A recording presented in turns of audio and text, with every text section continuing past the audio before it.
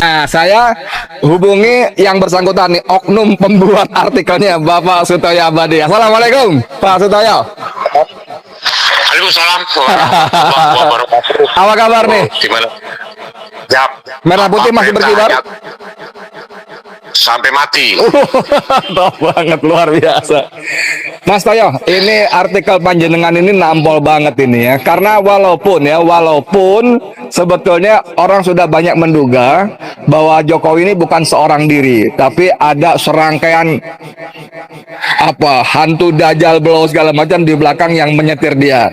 Tapi kemudian Mas Toyo hari ini menulis bahwa ternyata dia disiapkan oleh Amerika, yang kemudian dalam perjalanannya kemudian dia malah menghamba kepada RRC. Ini coba gimana ceritanya nih? Tadi sengaja nggak saya baca penuh supaya Mas Toyo bisa bercerita juga. Monggo, silakan.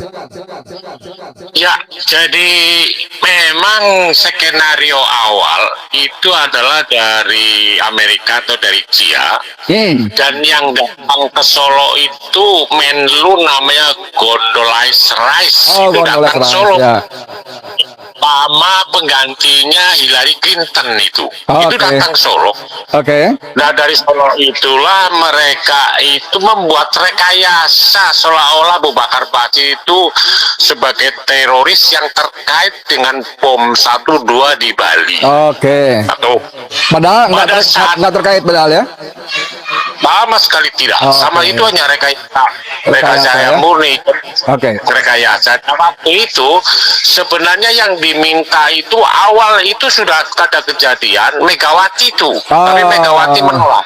Megawati itu menolak. Ya. Untuk melakukan apa, dan itu kesalip oleh yang namanya SBY itu sanggup dan akhirnya memanfaatkan Jokowi yang ada wali kota Solo itu untuk bantu penangkapan. Cerita ini saya memiliki cukup lengkap karena faktanya saya juga terima cerita lebih detail dari almarhum Mudrik Sang itu betul gitu ya bla bla bla bla.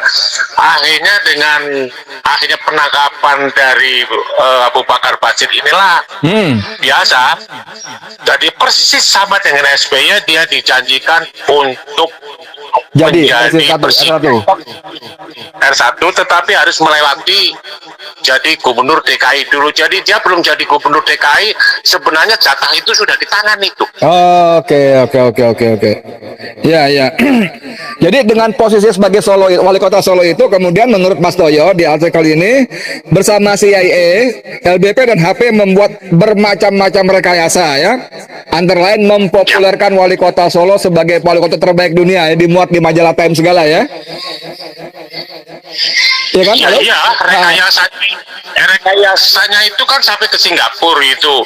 Waktu itu ya di macam-macam kita dapat info dari Pak Rizal. Betul itu, direkayasa sedemikian rupa untuk dia menjadi seorang hebat. Sebenarnya tidak hebat, itu semua bentuk rekayasa yang terus berkelanjutan menjadi sifat Jokowi, menjadi seorang pembohong dan penipu itu. Ngeri. Ya, bohong dan penipu.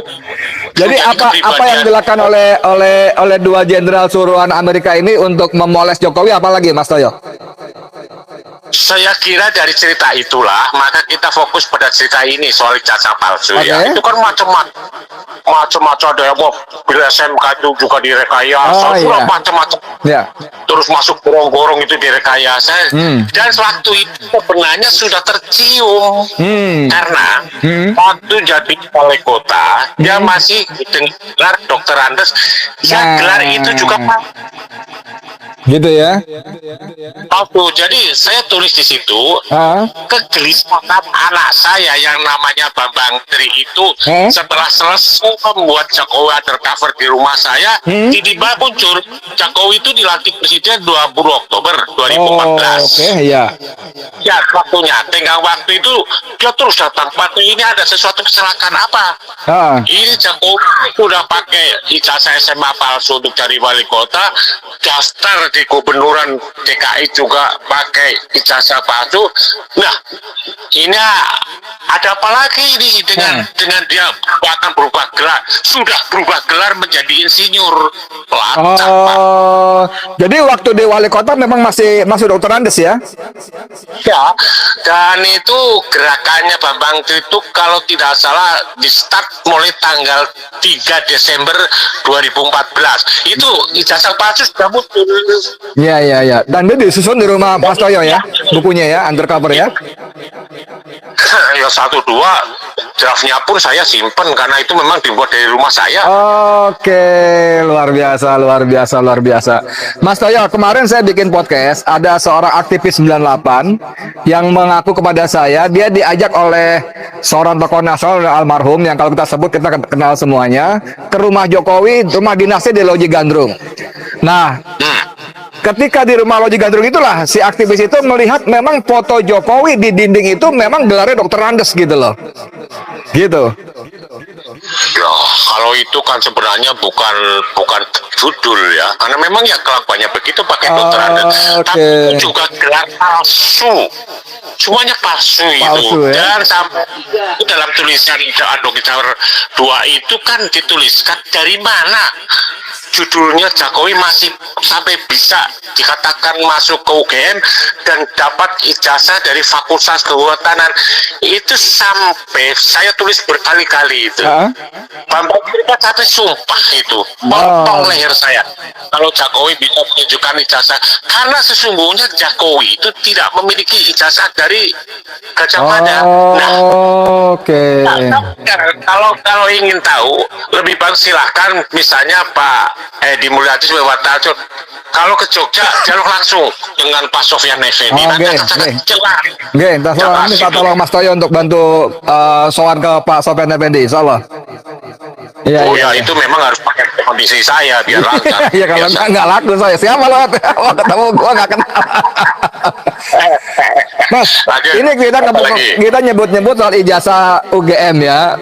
Di artikel Panjenengan kan juga disebutkan peran Pratikno yang waktu itu harusnya dia sampai 2017 sebagai rektor. Tapi karena jasanya barangkali gitu ya, maka tahun 2014 dia sudah diminta menjadi Mensesnek. Ini gimana peran Pratikno seperti apa ini? Saya sudah nulis sebenarnya di luar judul itu bahwa Pratikno itu adalah aktor intelektual yang segalanya tipuan itu datang dari dia. Ini waktu 2014 itu ikut menjadi Mensesnek ya. Mensesnek. Itu artinya untung kita ditolong oleh yang namanya Bitor Suryadi itu. Bitor Suryadi, oke. Saya kemarin telepon dia, saya terima kasih Mas Bitor, jenengan sudah membuka gerbang yang selama ini buram. Jadi Roy Suryo, jadi semacam-macam itu sana kemari. Tapi waktu itu kan belum ada jawaban sama kapan sebenarnya si ijazah ini dibuat gitu loh Pak. Oke. Padahal waktunya itu memakan waktu 27 tahun. Dari dia mengaku 85, kenapa waktu itu masih Dokter Andes nggak pakai senior tahun itu, tapi baru pakai pada setelah itu gitu, setelah dari Gubernur DKI itu. Nah, kebetulan di Bambang Bitor Suryadi itu membuka, wah ternyata ini kuncinya. Di sini.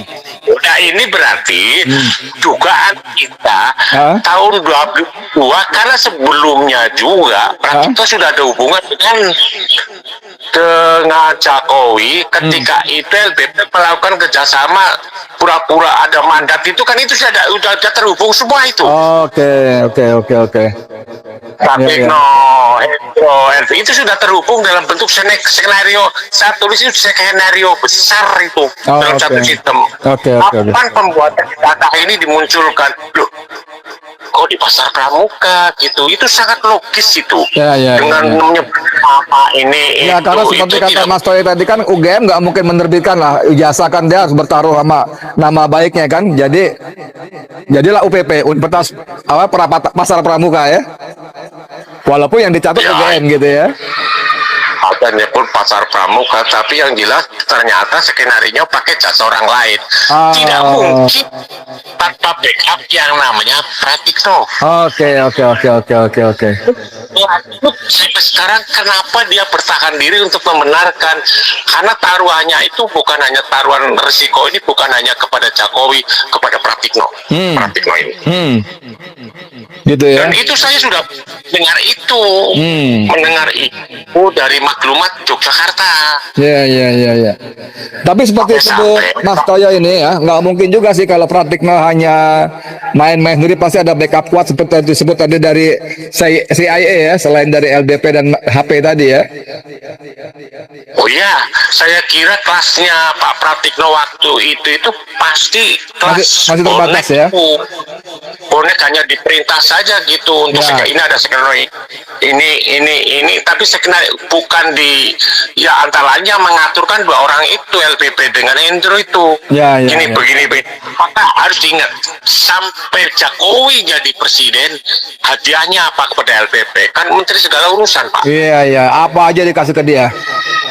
Hendro pun diselamatkan kehidupannya itu. Oke. Mas, sekarang kita balik ke judul saya. Ya, kali ini kan tadi kita cerita dia disiapkan oleh CIA oleh Amerika. Dan disiapkan oleh Amerika kan. Lalu ternyata belakangan dia justru dinikmati oleh RRC ini. Gimana? Amerika marah banget dong kalau gitu dong. Itu ada politik. Jangan memisahkan antara Amerika dan RRC. Apalagi itu ada bagi tugas ya. Itu kan ada istilah komentar itu, jadi artinya politik dumping. Orang mengatakan bahwa orang Amerika itu benturan dengan tidak. Itu sama-sama kepentingan untuk kapitalis.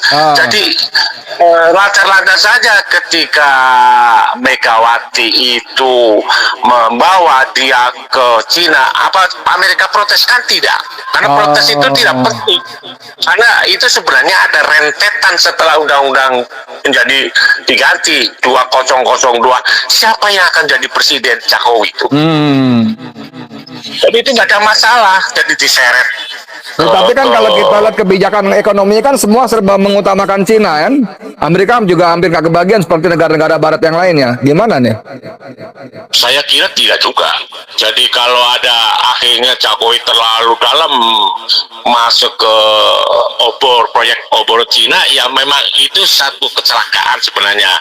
Artinya pada pemilu 2019 otoritas untuk kemenangannya lagi sudah tidak menjadi kepentingan Amerika, tapi sudah dimiliki oleh Xi Jinping gitu loh, Pak. Karena itu ada cerita lagi. Kenapa Xi Jinping main peran di sini? Loh, Jokowi siapa? Ya. Terus apa antara komunis dengan Jokowi itu kan menjadi isu tersendiri, Pak. Iya, itu seru juga itu. Soalnya ada teman kita siapa Dr. Jul juga menyebut Jokowi anak didiknya Rewang juga, dan itu diulang oleh siapa Rocky Gerung di ILC loh, Karni Ilyas loh.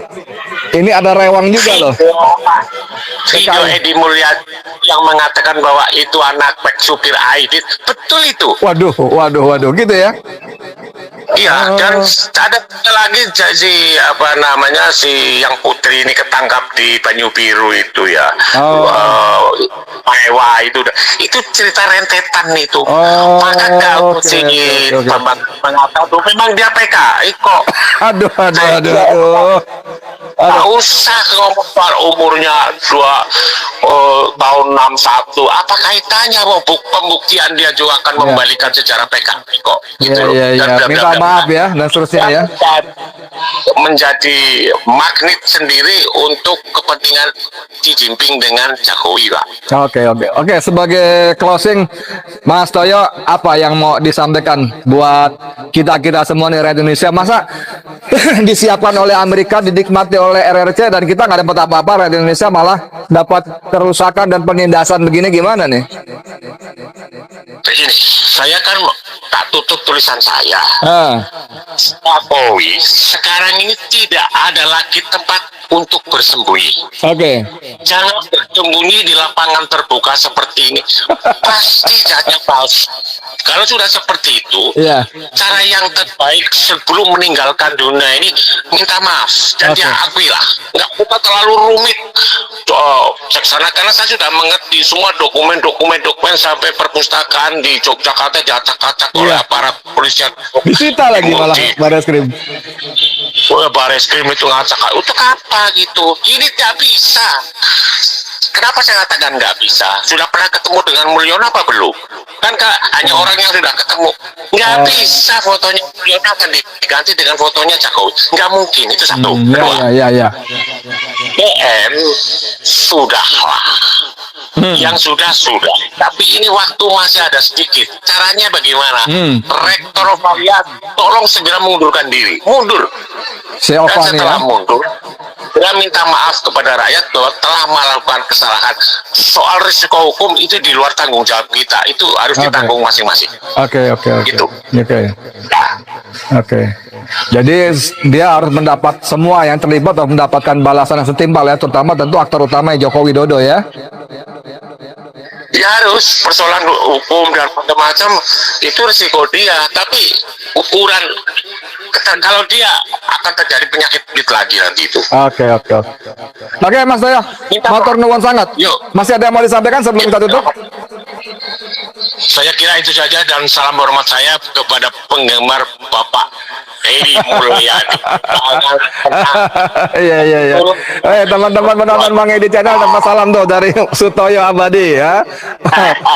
Ini aktivis tua yang nggak pernah lelah ya, terus bersuara kencang. Makasih banyak Mas Doyo ya. Assalamualaikum. Assalamualaikum warahmatullahi wabarakatuh.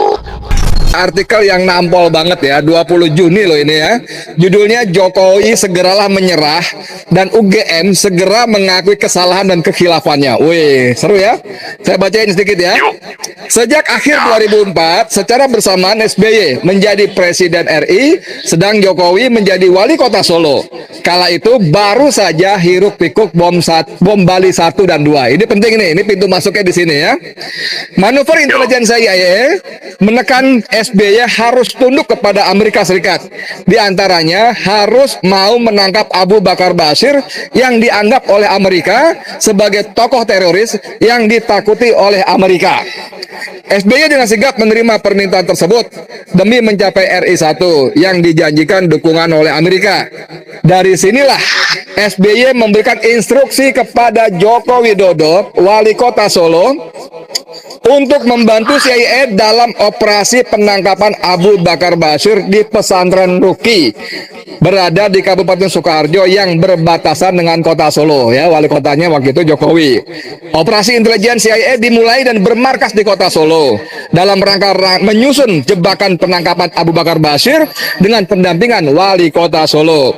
Hadiah untuk Jokowi karena bisa dipercaya sebagai boneka Amerika. Sebagai imbalannya dipromosikan sebagai presiden pengganti SBY yang harus berakhir 2014 karena udah 2 periode ya. Maka mulai saat itu AS men-setting roadmap itu peta jalan ya. Jokowi dan dari hanya sebagai Wali Kota Solo menjadi Gubernur DKI melaju menuju RI 1. Saat itu Amerika menugaskan mantan Jenderal LBP dan HP mendampingi Wali Kota Solo. LBP melalui modus pura-pura kerjasama dalam bisnis mebel keluarga Jokowi. Oke, bla bla bla bla bla, lanjutnya ya.